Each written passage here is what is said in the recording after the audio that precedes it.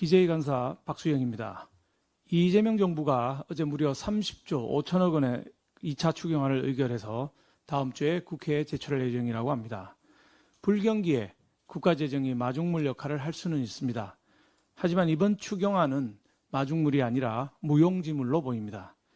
재정 승수라는 경제 용어가 있습니다. 나라 돈을 어디에 써야 가성비가 좋은지 수치로 나타내는 개념입니다. 한국은행이 발표한 거시 계량 모형 구축 결과 보고서를 보면 지역화폐 같은 현금성 지원 방식인 이전 지출의 재정 승수는 3년 평균 0.33입니다. 반면 SOC건설 등 정부 투자는 0.86에 달합니다.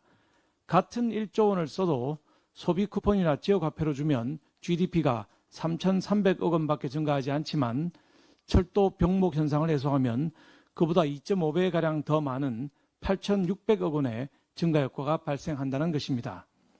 특히 정부 투자의 재정 승수는 1차년도 0.64에서 3차년도 누적은 1.04로 높아집니다. 3년 만에 본전을 뽑고 남는다는 말입니다.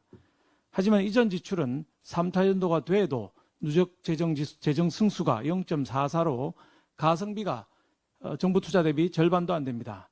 좌파들이 삽질이라고 폄훼한 SOC 투자가 지역화폐보다 훨씬 이롭다는 게 숫자로 증명되는 것입니다. 그런데도 이재명 정부는 소득 상위 10% 국민에게 15만 원, 나머지 90%에게 25만 원에서 최고 50만 원까지 지역화폐와 소비 쿠폰으로 지급하는 데에 13조 2천억 원을 쓴다고 합니다. 반면 건설 경기 활성화 예산은 2조 7천억 원에 불과하고 올해 편성된 가덕도 공항 건설 예산도 절반이 넘는 5,200억 원이나 깎는다고 합니다. 황금알을 낳는 그 위에 배를 가르는 것과 다름이 없습니다. 또 추경안에는 7년 이상 장기 연체된 소상공인 113만 명의 채무를 탕감해주는 방안도 담겼습니다.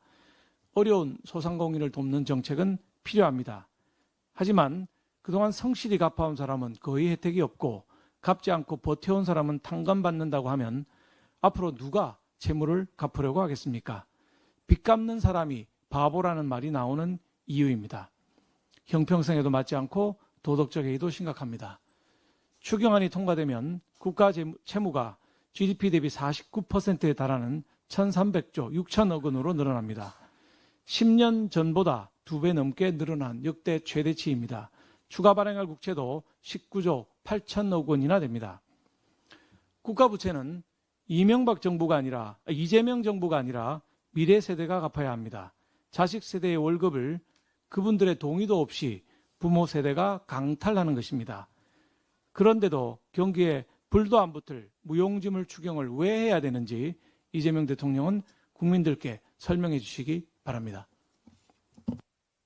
네, 장동